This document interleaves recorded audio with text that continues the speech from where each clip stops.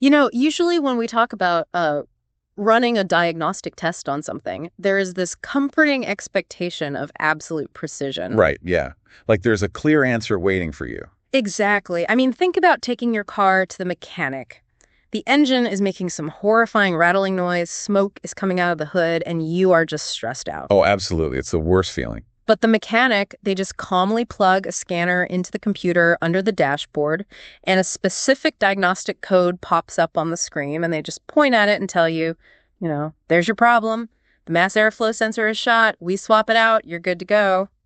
It provides a sense of control, The system is either functioning according to its design or it has a measurable, identifiable failure that can be isolated and repaired. Right. The parameters of reality are clearly defined for you. We crave that visibility so much. We desperately want complex systems to be categorizable so we can just fix them and move on. But then you step out of the mechanic's garage and into the world of American political governance today, and you realize that if you plugged a diagnostic scanner into our constitutional system, the screen wouldn't give you a neat little error code. No, not at all. It would just spit out blinding, chaotic, static. We are looking at a diagnostic landscape that is incredibly murky.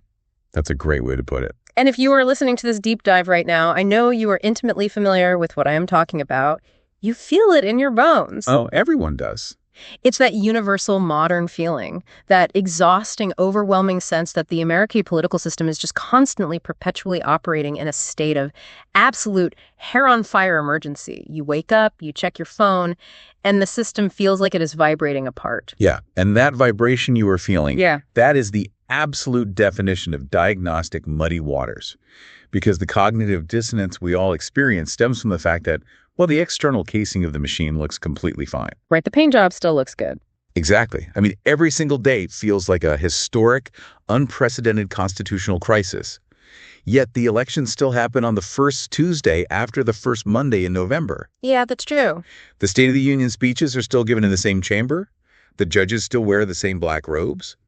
So on the surface, the structural integrity appears totally intact. But underneath that casing. Underneath the actual physics of the system, the way power moves, how decisions are made, who is actually accountable, have entirely mutated. And getting to the bottom of that mutation is exactly what we are doing today. We have a genuinely fascinating stack of source materials for this deep dive. We really do. We are looking at a collection of diagnostic white papers and primers written by the author Jamie Thornberry. Specifically, we're going to be weaving together two of Thornberry's major works. Right, from factions to foundations and institutional convergence and the collapse of constitutional friction. Yes, those are the ones.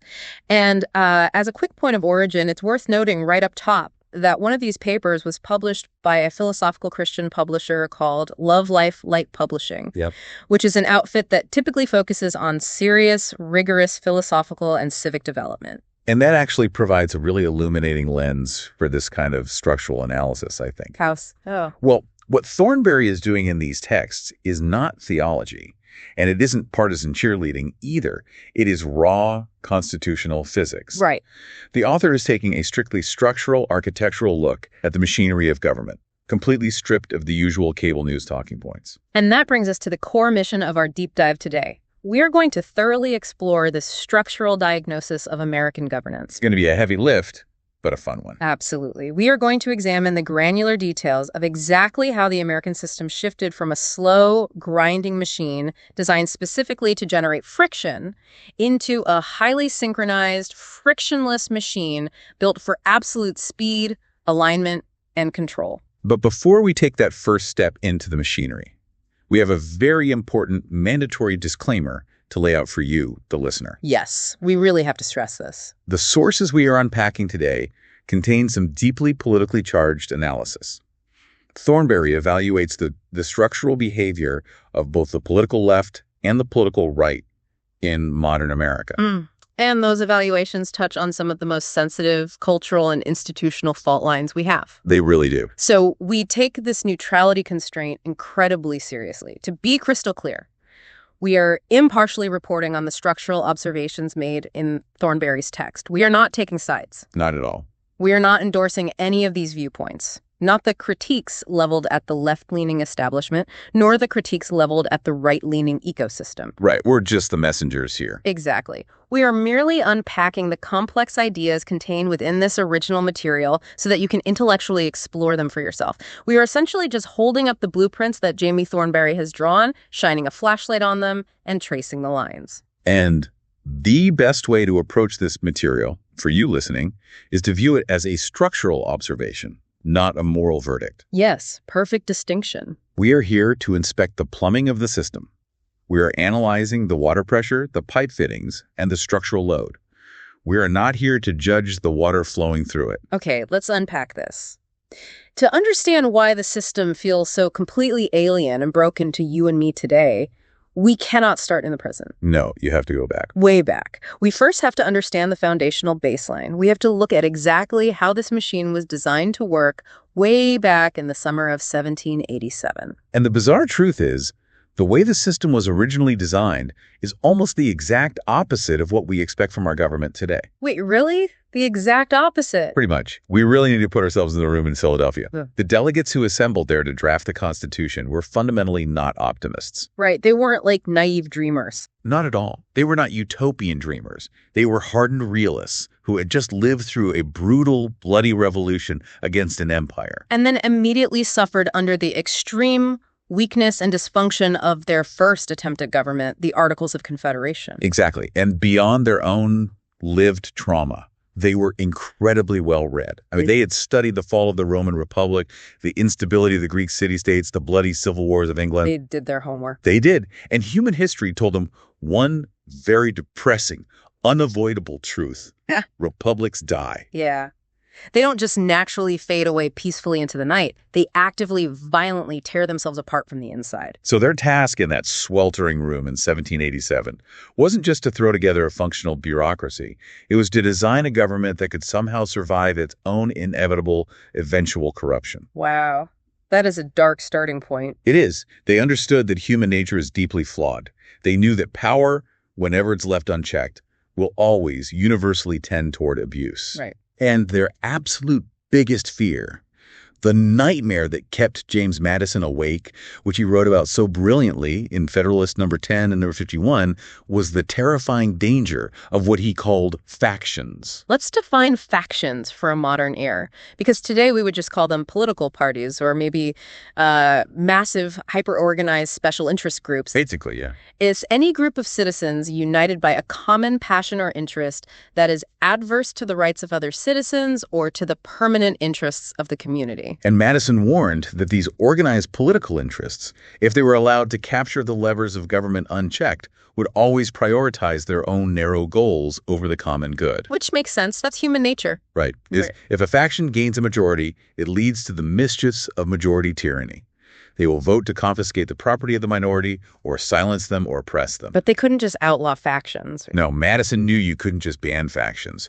To suppress a faction, you would have to suppress freedom of speech and freedom of association. Which completely defeats the whole purpose of the Republic. Exactly. Suppressing factions would mean destroying liberty itself. So since they couldn't eliminate the disease, they built an immune system designed to frustrate it. And this immune system is the concept of constitutional friction that Thornberry's paper centers on. Yes. I have to say, this concept completely altered how I view the news. Because we are so deeply conditioned today to believe that government is supposed to be a model of efficiency. Oh, totally. We expect Amazon Prime delivery speeds for legislation. Exactly. We look at Congress, we see them taking months to pass a basic infrastructure bill, and we scream, the system is broken, why can't they just be efficient? Right. But Thornberry points out that the American constitutional system was never meant to be efficient. Efficiency was viewed as dangerous. Highly dangerous. The system was meticulously engineered to be a massive, slow, resistant physics problem. Madison's most famous quote on this is, "Ambition must be made to counteract ambition." That's the core of it. Friction wasn't a flaw in the design. Friction was the design. It is a stroke of architectural brilliance when you really visualize it. They designed a system that uses human ambition against itself. Right. Instead of relying on politicians to be angels, they assumed politicians would be power-hungry, and they weaponized that hunger. That's so clever. It really is. Thornberry details 4 specific mechanisms the founders engineered to generate this life-saving friction. The first is factional multiplicity. Okay, let's break that down. Multiplicity meaning simply having a massive number of them. Yes, the anti-federalists at the time argued that a republic could only survive if it was tiny, like a single city where everyone had the same interests. But Madison disagreed. Completely. Madison flipped that on its head. He argued that you actually need a massive republic. If you have a huge geographic expanse, you will organically generate hundreds of diverse, small, localized competing interests. Ah, I see. You've got the merchant in Boston, the tobacco farmer in Virginia, the frontiersman in the West, the blacksmith in Philadelphia. In a society with that much factional multiplicity, no single group could ever maintain a permanent, oppressive majority. Because to get anything done, they would have to constantly build temporary shifting coalitions. Exactly. Like the Virginia farmer might team up with the Boston merchant to pass a bill protecting shipping routes from pirates, but then the very next week, those same two guys would totally oppose each other on a tariff bill. Right. The alliances are incredibly fluid. You never have permanent enemies or permanent allies. And that fluidity prevents the hardening of power. We got it. The second mechanism of friction is institutional independence, which we colloquially know as the separation of powers. Right, the three branches. But they didn't just divide the power. They wanted each branch of government to jealously, aggressively guard its own authority. Because of that ambition we talked about. Exactly. They assumed a senator's natural, selfish desire for power would make him fight furiously against a president trying to overreach purely out of self-interest. Right. The Senate wants to be the most powerful body, so they will block the executive. The executive wants to be powerful, so he will veto the Senate. They are essentially locking three aggressive dogs in a room with one bone, knowing they will keep each other in check because none of them wants to share. That is such a great visual. So what's the third mechanism? The third mechanism is deliberative delay. This is where slowness is embraced as a feature, not a bug. Slowness on purpose. On purpose. Yeah. They forced legislation through an absolute gauntlet. I mean, it has to pass the House, which represents the hot passions of the people. Okay. Then it has to pass the Senate, which was originally chosen by state legislatures to be a cooler, slower, more aristocratic body. And then it has to survive a potential presidential veto. That sounds exhausting. It's meant to be. This gauntlet creates the physical time necessary for reflection. It allows tempers to cool. It allows the public to understand what is happening, and it creates the space to catch disastrous errors before they become the permanent law of the land. Okay, that makes total sense. And the fourth mechanism of this friction engine is local representation. Right?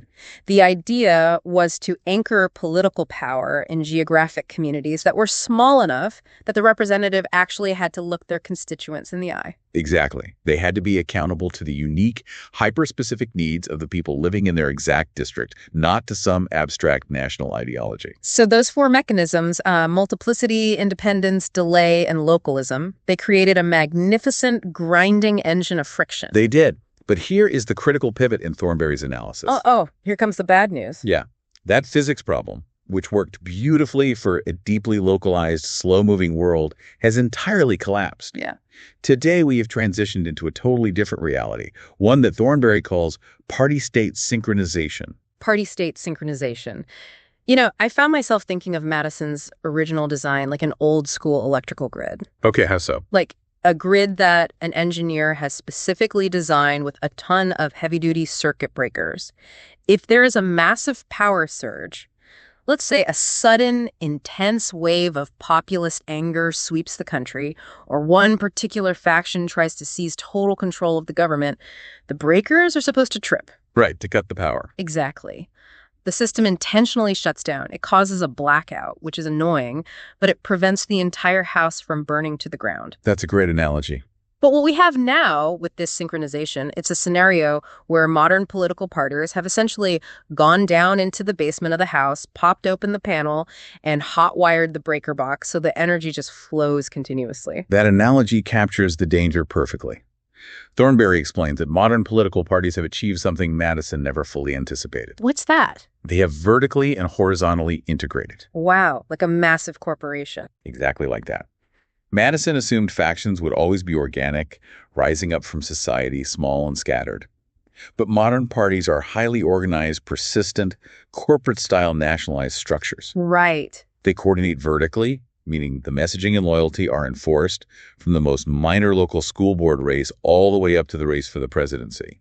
And they coordinate horizontally across the legislative, executive, and even judicial spheres. So they've completely inverted the Madisonian design. Instead of ambition counteracting ambition to create friction, you have alignment reinforcing alignment to create speed. Think about how institutional independence fails under the synchronization.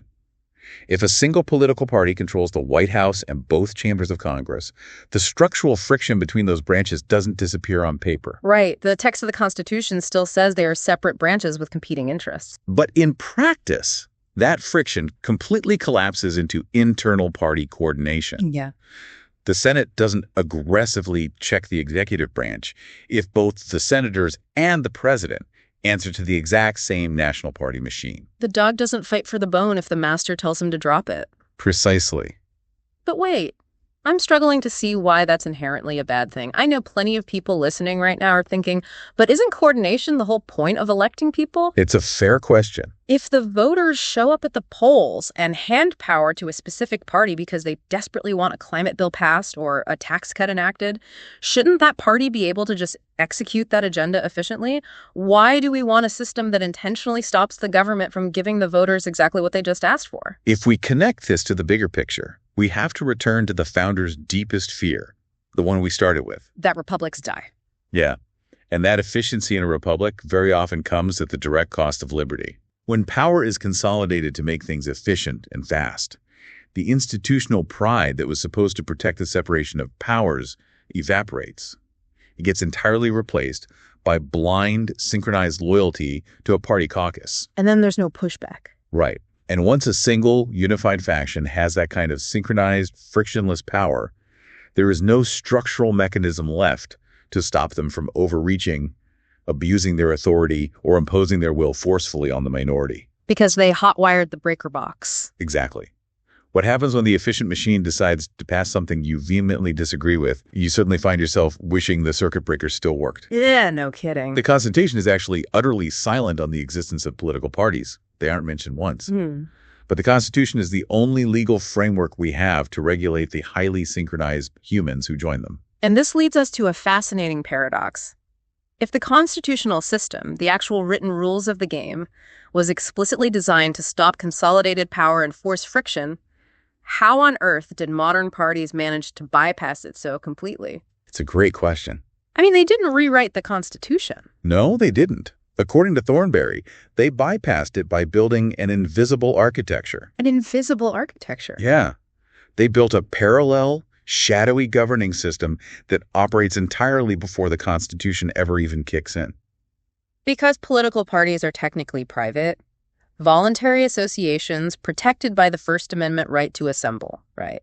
So they aren't bound by the separation of powers internally. Exactly. They are free to organize however they want. And over the last century, they have built an overarching system that Thornberry diagnoses as managed democracy. That is such a chilling dystopian phrase. Managed democracy. It sounds like something out of a Cold War novel. It is unsettling because it operates right out in the open, and it doesn't look anything like a traditional dictatorship. Right.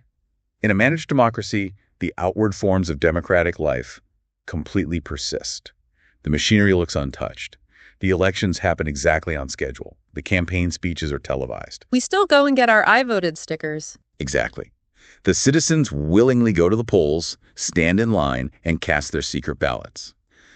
But the actual substantive function of democratic self-governance, the ability of the people to genuinely choose their path, is quietly, incrementally constrained behind the scenes. Wow. Thornberry has a quote in the text that really anchors this whole concept.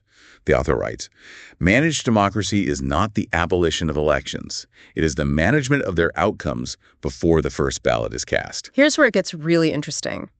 Because thinking about this concept immediately reminded me of a magician's card trick. Oh. Specifically, the forced choice trick. We've all seen this. The magician fans out a deck of cards in front of you and says, pick any card you want. You have total free will. Right, I know that one. You hover your hand over the deck, you pick a card, you look at it, and you walk away fully believing you made a completely independent, autonomous choice. But you didn't. Exactly. The reality is the magician stacked the deck, manipulated the spread, and used psychological nudging long before your hand ever reached out. Your choice was real in the moment, but the options were completely managed. The outcome was predetermined by the architect of the trick. That is an exceptionally precise analogy for how Thornberry views the modern electoral process. The parties are the magicians, and they stack the deck using what the paper identifies as 3 pre-constitutional filters. Pre-constitutional filters, meaning they happen before the government even gets involved. Yes. These are structural choke points that operate forcefully before you ever step into a voting booth to exercise your constitutional rights. So what's the first filter? The first filter is candidate gatekeeping. Okay, let's explore how that actually works on the ground. Because, I can theoretically run for office tomorrow, right? I just fill out the paperwork. You can file the paperwork, sure. But before your name ever realistically appears on a competitive general election ballot, you have to survive the invisible architecture. Massive party ecosystems, which are composed of mega donors, legacy political networks, think tanks, and internal party endorsers, curate the menu of choices. So they pick the cards in the deck. Exactly. As a voter on election day, you are almost never choosing from a blank, organic slate of your fellow citizens. You're choosing from a tiny, pre-approved list of options that have already been aggressively vetted to ensure they absolutely align with the national party orthodoxy. What happens if someone tries to bypass that? Like a true disruptor, someone who genuinely wants to challenge the party consensus. If they try to enter the system, they face immense, coordinated institutional opposition long before the first primary ballot is even printed.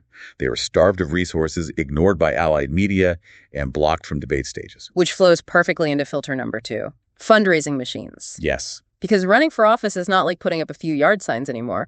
Modern governance is an incredibly expensive corporate endeavor. It's astronomical. You cannot run a viable national campaign or even a competitive state-level Senate campaign without millions of dollars in capital.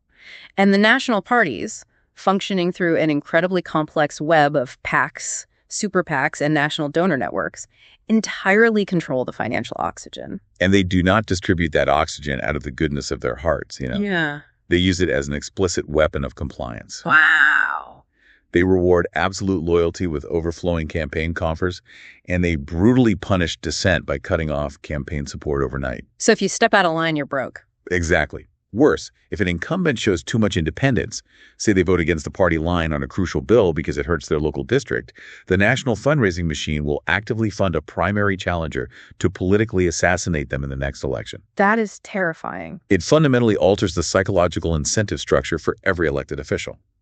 You might sincerely want to serve the unique needs of your local constituents, but as a lawmaker, you are perpetually shadowed by the terrifying calculations of donor management. Right. Your political survival is tied to the national machine, not your hometown. Precisely. And the third filter that manages the democracy is messaging control.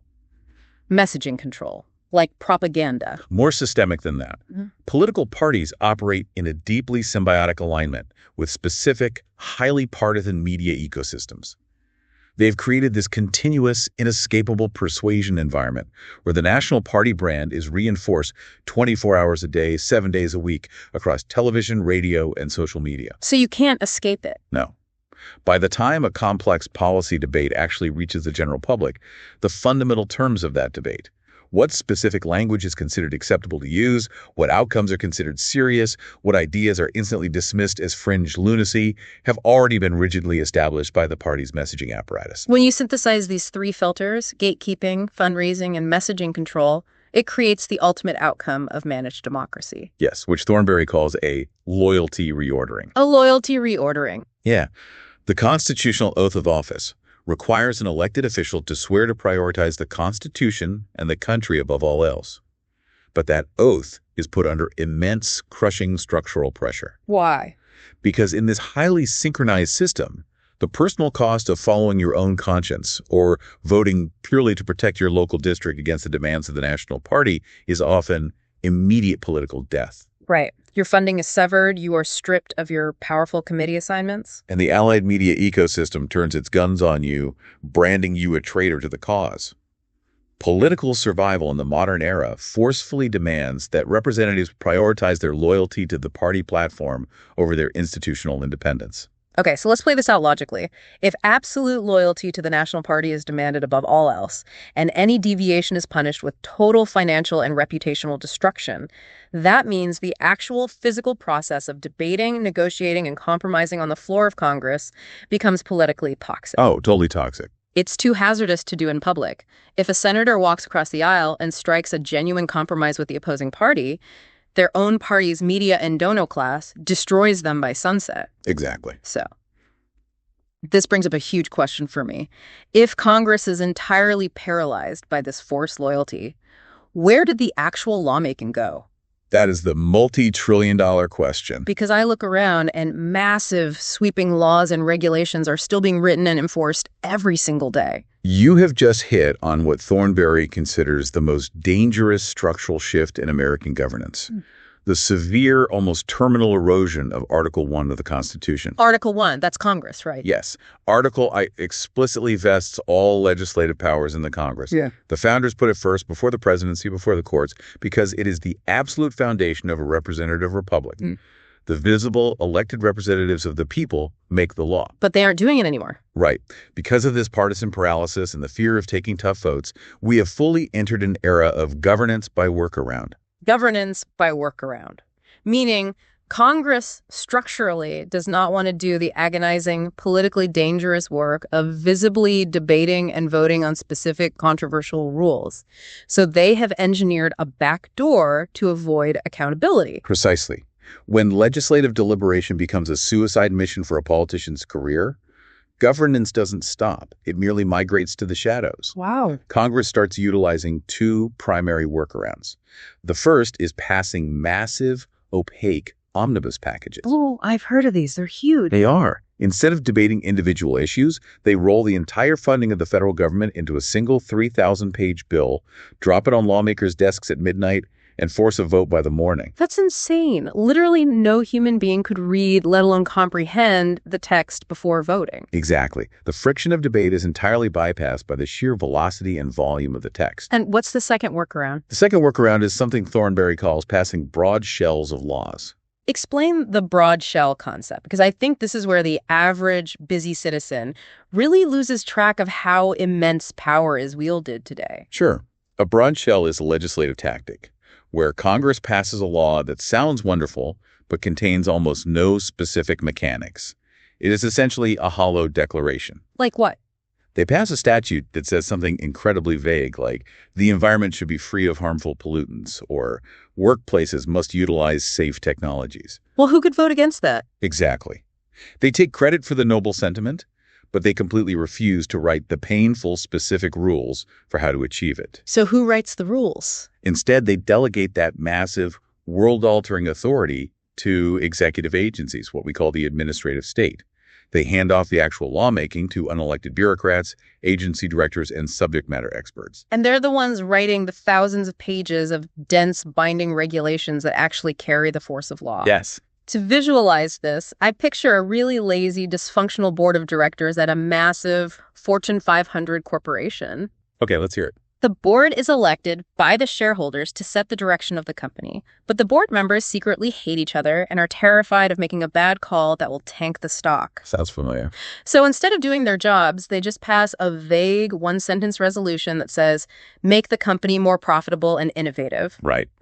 Then they all go out to a 3-hour lunch, leaving the unelected CEO and a bunch of middle managers to actually fire people, shut down factories, redesign the products, and upend the whole business model. That is a brilliant translation of the dynamic. And when the shareholders inevitably get furious about a factory closing, the board of directors just throws up their hands, acts shocked, and says, hey, don't yell at us. We didn't do that. The rogue middle managers did. We just voted for innovation. It gets right to the very heart of the constitutional crisis, Yeah. the total loss of accountability.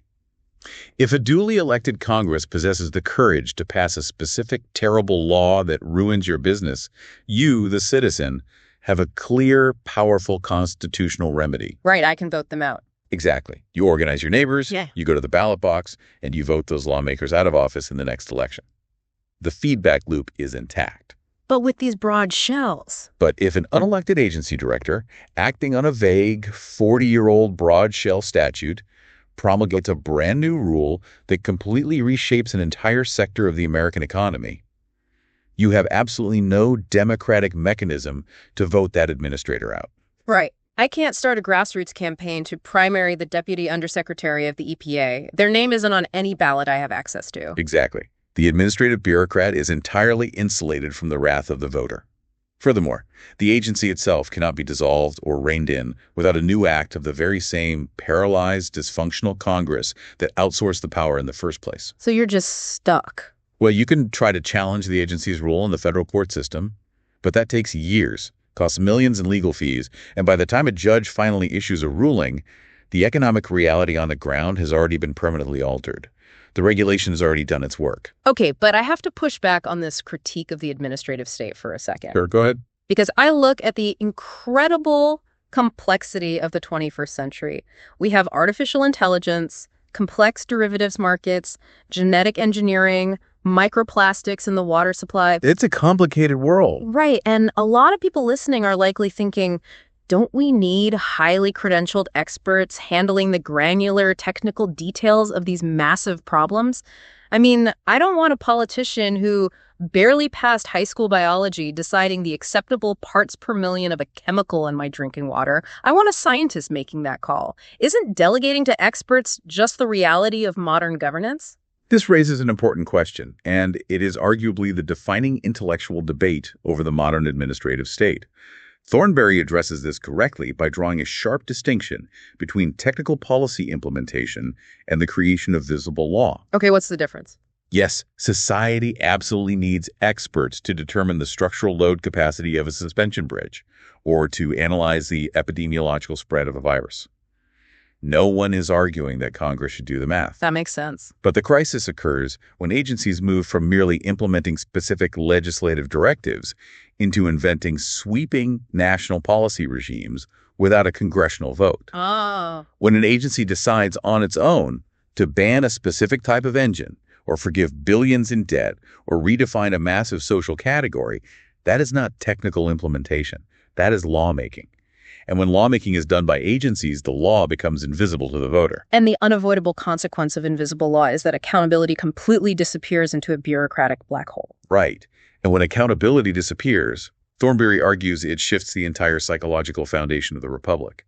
We move from a system of process-based legitimacy to a system of outcome-based legitimacy. Let's make sure we clearly define those two terms, because they seem fundamental to why everyone is so angry all the time. They absolutely are.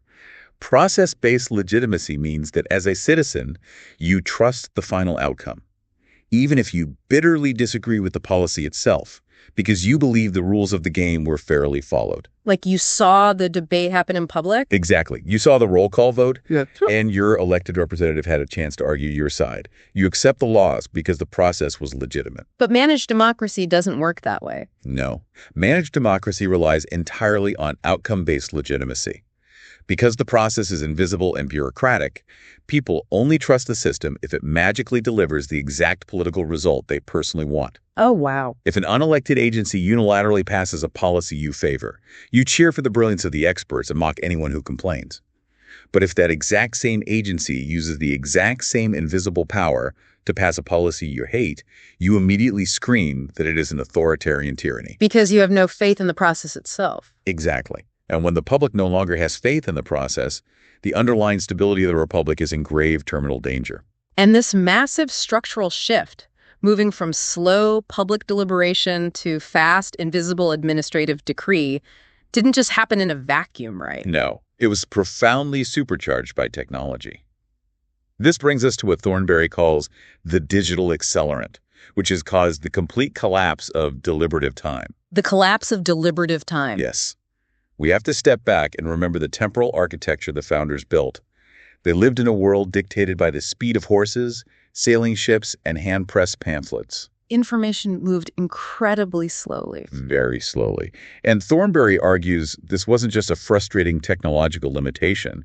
It actually acted as a vital structural safeguard. Wait, really? The slowness was a safeguard? Yes. If a major crisis happened, a rebellion, a market crash, a diplomatic insult, It took weeks for the news to physically travel to the Capitol, and weeks more for the public's reaction to travel back. So they couldn't just tweet a reaction. Exactly. Legislators were forced to have physical time to think, to debate, to research, to try and persuade each other. The slowness forced actual deliberation. And today, we have completely, utterly abolished that temporal architecture. We live in a world of continuous, inescapable persuasion. That's exhausting. We have the 204/7 cable news cycle running in every airport and waiting room.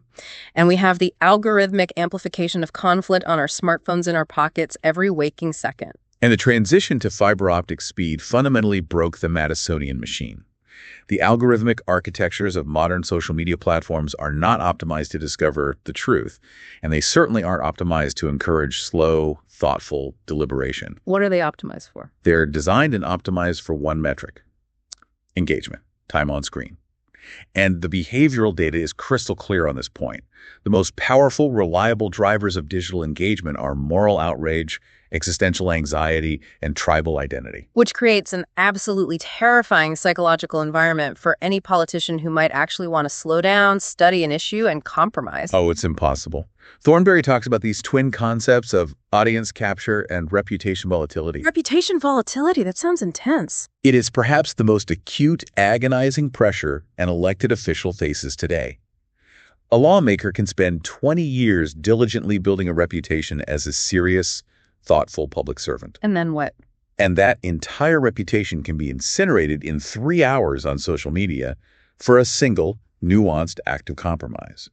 A complex statement made in a morning committee hearing is intentionally taken out of context, dissected, weaponized, and turned into a $1 million fundraising email by the opposition before the lawmaker even goes to lunch. Wow. It must feel like walking a greased tightrope over a shark tank. That's exactly what it feels like. But the most terrifying part is that the people throwing rocks at you, actively trying to knock you off the rope, aren't your political enemies. They are your own supporters. Exactly. If a crisis hits and you pause to say, this is a deeply complex issue, let's wait a week to gather the facts before we draft a law, your base immediately interprets that hesitation as cowardice, weakness, or outright betrayal. Yep.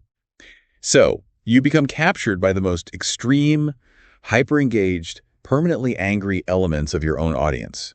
You are forced to constantly escalate your rhetoric just to survive the news cycle. And operating seamlessly within this hyper-accelerated, outrage-driven digital environment is a very specific class of professionals that Thornberry identifies as narrative intermediaries. Right. Yes, the text explicitly names a few of these prominent figures to illustrate the concept. Thornberry mentions journalists and commentators like Ezra Klein, Jake Tapper, Margaret Brennan, and Ronald Brownstein. And Thornberry is very careful, and we must be careful here as well, to note that the danger identified in the text is not that these individuals are overtly dishonest or that they are sitting in a room drafting malicious propaganda. Right, it's not a conspiracy. No. Their function within the system is much subtler and much more profound. They act as the gatekeepers of respectability. Meaning they basically pre-digest the chaotic reality of the world for the rest of us. Precisely. For a massive portion of the American citizenry, these narrative intermediaries process the overwhelming complexity of daily events and establish the strict, invisible perimeters of what constitutes acceptable, polite debate. So they set the boundaries. Yes. They determine which ideas are considered serious enough to discuss and which ideas are instantly quarantined and dismissed as fringe conspiracy. Let's look at how this functions in reality. If there is a massive institutional failure, let's say we have a period where inflation is absolutely crushing middle-class household savings, or the border enforcement apparatus completely breaks down and is overwhelmed, or a major federal agency is caught in documented, undeniable overreach. Okay. How do these intermediaries handle that failure? Well, Thornberry observes a fascinating pattern. When the managerial state fails, the narrative intermediaries characteristically frame the issue not as a structural failure of the government experts, but as a failure of the general public to adequately appreciate how terribly complex the world is. Wow. So it's our fault. Essentially, yes. The framing is that the experts didn't fail. The world is just hard, and the public is too ignorant to understand it. Alternatively, they blame the friction of the system itself. How so? They frame the natural Madisonian deliberative delay like the fact that a bill is stalled in the Senate as an existential threat to democracy. Which is incredibly darkly ironic, given that the delay was the core feature of the democratic design in the first place. Exactly the paradox Thornberry points out. And by doing this, by constantly warning that slow debate is a threat to the nation, these intermediaries provide the vital intellectual cover necessary for the administrative state to endlessly expand. Because if the debate is dangerous, we shouldn't have it. Right. If the public believes that legislative debate is dangerous and dysfunctional, then elected officials are given absolute political permission and even praised by the media to surrender their constitutional power to the fast-acting, unelected administrative agencies. That is wild. The intermediaries act as the circulatory system for the party-state synchronization, ensuring the messaging and the structural shifts remain perfectly aligned and defended. Now, having thoroughly established how the engine has been rewired, how we transitioned from a system of slow friction to a reality of fast synchronization and administrative workarounds, we need to look at how these structural pressures actually manifest on the ground in our current political climate. We do. And this is the moment where we need to bring up our strict neutrality warning once again. Yes, definitely. The subsequent section of Thornberry's analysis looks directly at the structural asymmetry between the political left and the political right in America today. So we have to be very careful here. We must reiterate forcefully to you, the listener. This is a structural observation, not a moral verdict. It is an analysis of institutional integration and architectural capacity. It is not a claim that one side is inherently virtuous and the other side is unjustly victimized. It is just assessing the weight of the different structural forces. With that clearly stated and understood, let's look at what Thornberry calls the architecture of asymmetry.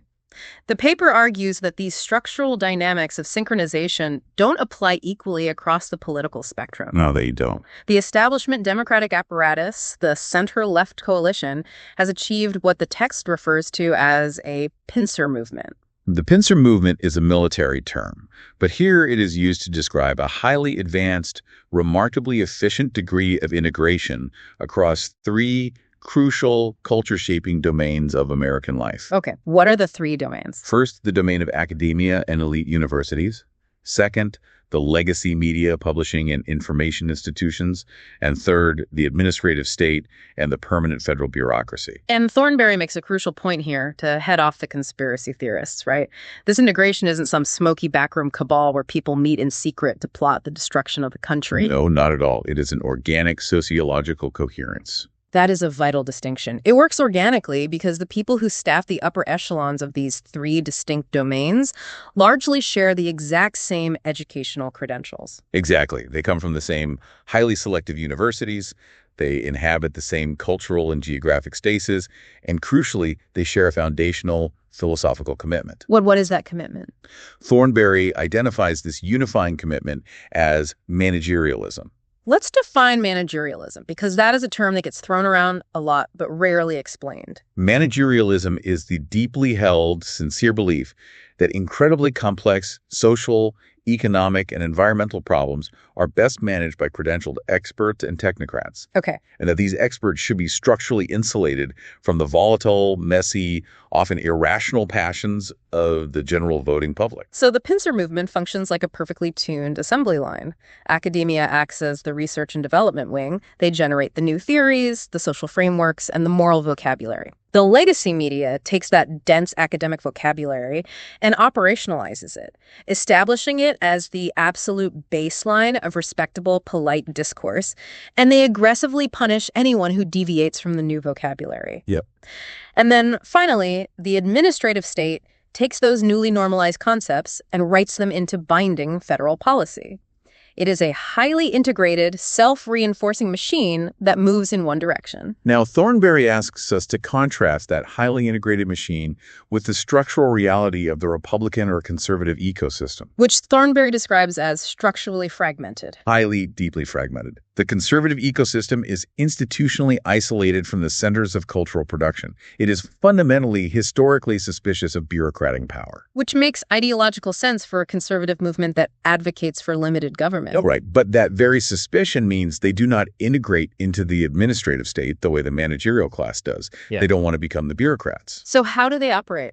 Consequently, they are forced to rely on a massive, decentralized, often chaotic network of alternative media channels, podcasters, and independent platforms to communicate. So what does this all mean for the everyday voter? If you are an everyday citizen just trying to navigate this landscape, how are you supposed to make sense of a system where the two main political factions are operating under entirely different structural physics? It's bewildering. You have one side operating as an integrated horizontal machine, and the other side operating as a fragmented, suspicious network. What's fascinating here is how this severe imbalance directly impacts the constitutional guardrails we discussed at the very beginning. How so? Genuine constitutional friction, the kind James Madison designed to keep the republic healthy, requires sustained, equal, institutional competition between coherent actors. But they aren't equal. No, because the conservative ecosystem completely lacks the horizontal integration of the pincer movement.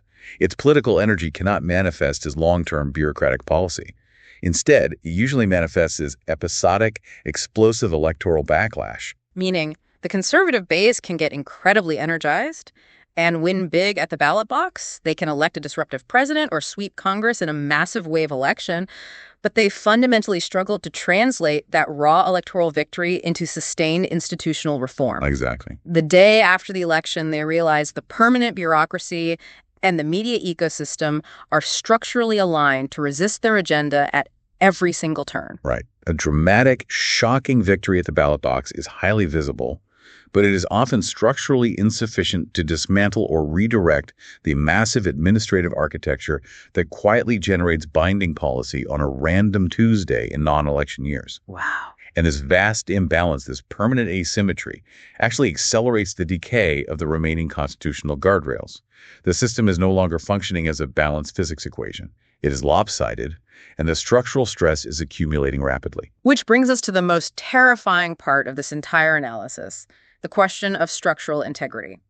With the constitutional engine totally rewired and these massive asymmetrical pressures being applied constantly, the system is clearly no longer functioning according to its design. No, Vogel. Thornberry argues it is merely surviving on stress tolerance. So the terrifying question is, how close are we to a catastrophic break? To answer that, we need to trace the path of collapse through what the text calls the fragility hierarchy. Fragility hierarchy, what is that? It's a brilliant six-tier model that illustrates how the American constitutional system doesn't just collapse overnight. Massive systems fail step by step in a specific sequence, with each failure significantly weakening the resistance to the next level of failure. It is a cascading collapse. Let's walk through this sequence. The degradation doesn't start with the hard laws. It starts with the soft tissues. Tier 1 is norms. Yes. Norms are the most fragile element of a republic because they aren't written laws. They are purely informal behavioral constraints. They're the manners of democracy. Yeah. Like unwritten rule. Exactly. Yeah. They rely entirely on mutual restraint and a sense of shared civic duty. The erosion here produces massive escalation cycles. A perfect example is the loss of the loser's consent. The loser's consent. Yeah. For a democracy to work, the side that loses an election has to voluntarily accept the legitimacy of the outcome and agree to try again next time.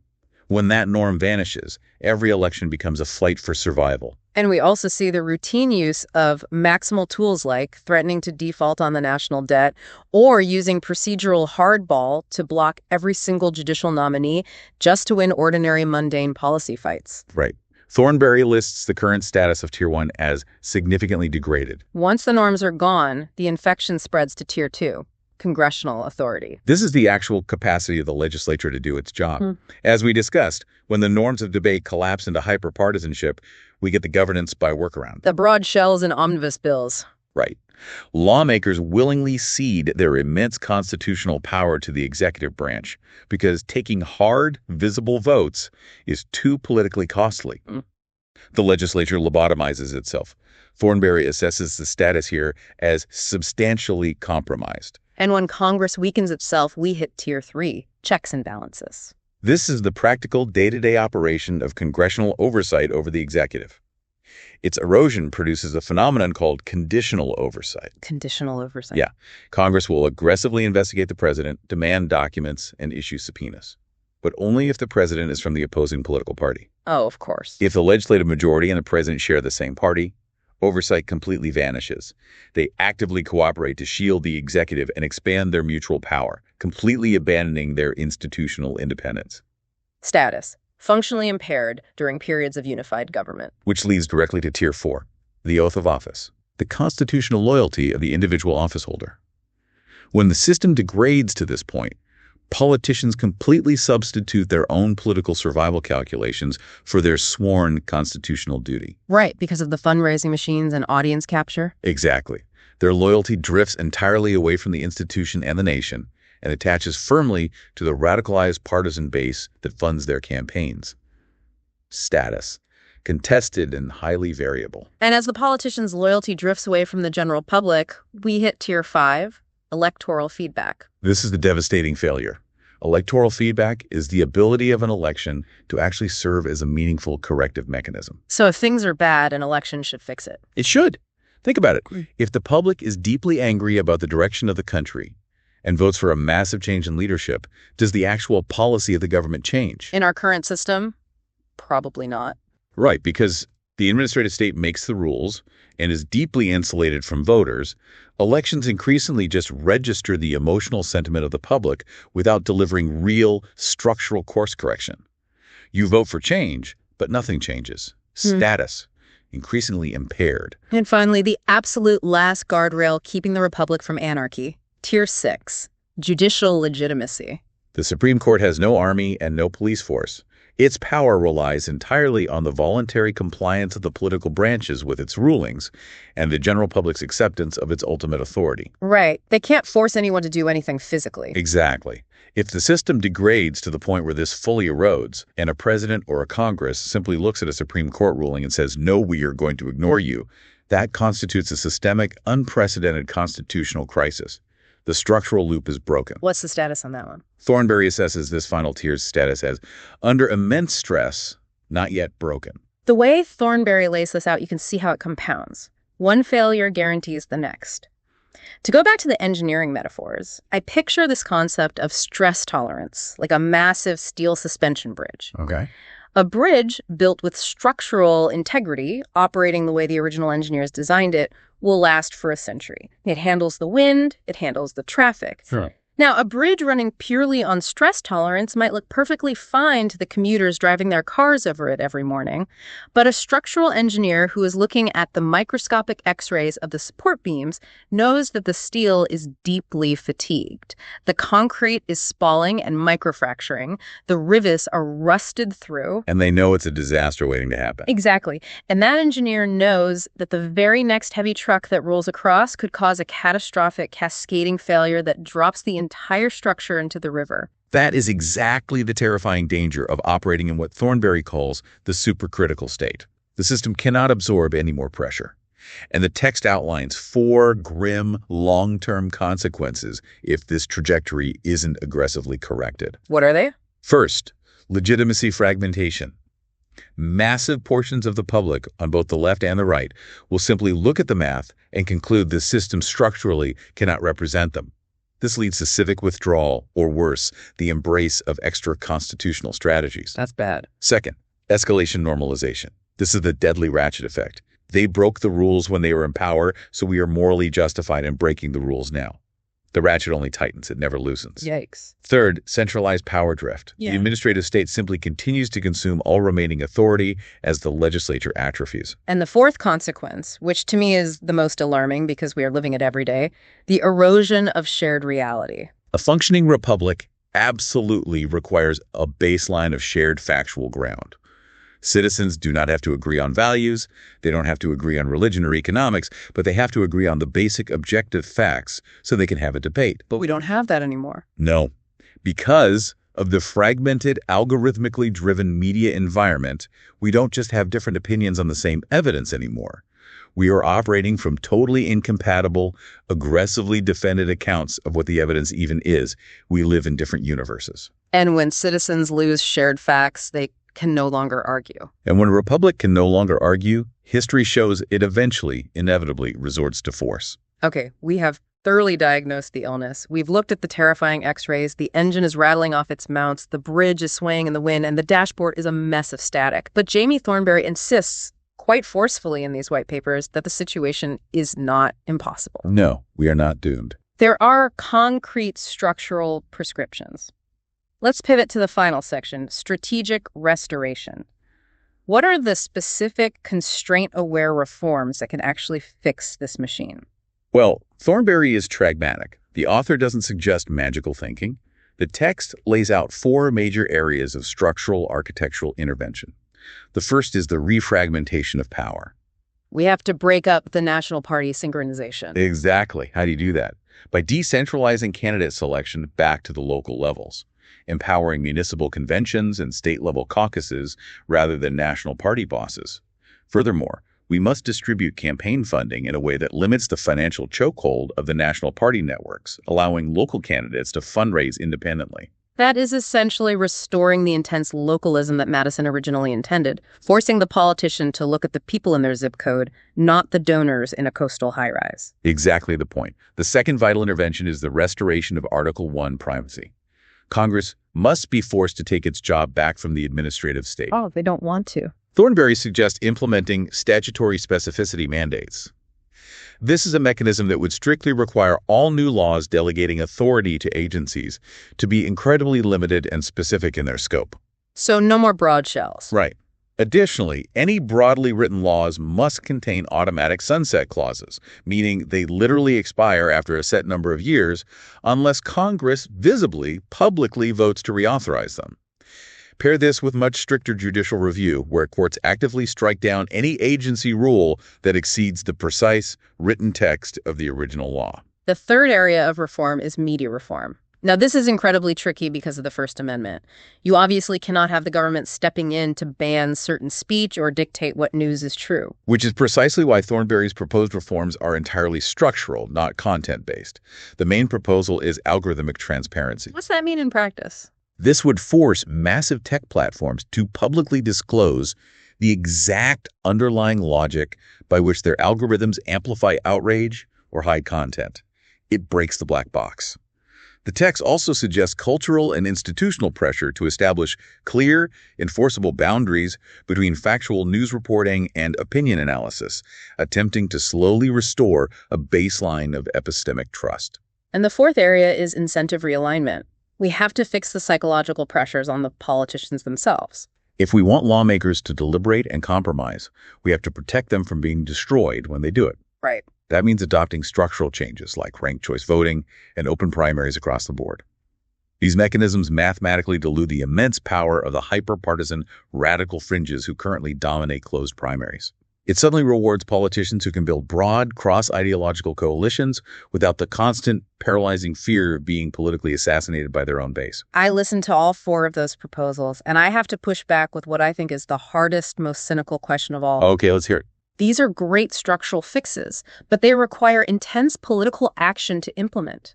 They require the very people who are currently thriving, raising millions of dollars, and holding immense power in this broken, synchronized, highly managed system to willingly vote to dismantle the exact source of their own power. Yeah, that's the catch. Why would a national party boss vote to give up their control over candidate selection?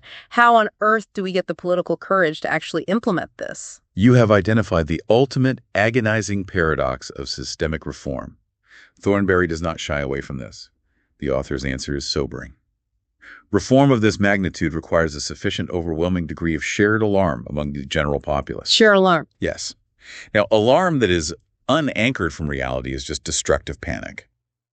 But shared alarm, grounded in a precise, accurate diagnosis of structural failure, understanding exactly why the bridge is collapsing, is the absolute mandatory precondition for reform. Throughout all of American history, the system has only ever course-corrected when a critical mass of the public realized that the alternative to reform was the permanent loss of the republic itself. Which is exactly why we spent the last hour meticulously unpacking this framework. We started by looking at James Madison's brilliant, slow-moving physics engine of constitutional friction, a system designed to frustrate ambition. Right. We tracked how that engine was hot-wired and vertically integrated into the modern, synchronized, hyperfast reality of managed democracy. A world where the administrative state makes the invisible laws and narrative intermediaries strictly police the boundaries of discourse. And we've looked at the heavily stressed, microfractured guardrails that are barely keeping the whole structure from snapping. And if there is one single thing you take away from this extensive analysis, it should be the total validation of your own civic anxiety. Yes, absolutely. To you, listening to this right now, You are not crazy for feeling exhausted. You are not wrong or overly emotional for feeling deeply alienated by the political landscape today. The system is genuinely structurally operating in a supercritical state. It is running hot, well beyond the parameters of its original design limits. Understanding why it feels so incredibly stressful is the very first necessary step to reclaiming your own civic agency. You can't fix the engine until you understand how the mechanics have been altered. The white paper concludes with a deeply resonant quote from Benjamin Franklin, famously delivered as he walked out of the Constitutional Convention in Philadelphia in 1787. A woman in the crowd asked him what kind of government the delegates had ultimately created behind those closed doors. What did he say? Franklin replied, "A republic, if you can keep it." Thornberry notes that the keeping must be done deliberately. A republic does not self-maintain. It is not a perpetuum mobile. It requires the active, structural, intelligent, and relentless maintenance of its citizens. It is a profound historical challenge. And as we wrap up, I want to leave you with a final provocative thought to mull over, something that builds on Thornberry's analysis but looks even further over the horizon. Oh, I like this. We spent a lot of time talking about how the original constitutional design was perfectly, beautifully calibrated for a world where information traveled at the literal speed of a horse. Slowness was the shield. Right. But is it possible that no republic, no matter how brilliantly designed, no matter how many checks and balances you engineer, can actually survive the psychological onslaught and the sheer velocity of the internet? Wow. When we look at that murky, terrifying diagnostic X-ray of our political bridge, Okay. do we merely need to reinforce the steel, swap out the rivets, and fix our current machine? Or does the digital age fundamentally demand an entirely new physics of human governance? That is, without a doubt, the defining civilizational question of our time. Until next time, keep questioning the structure.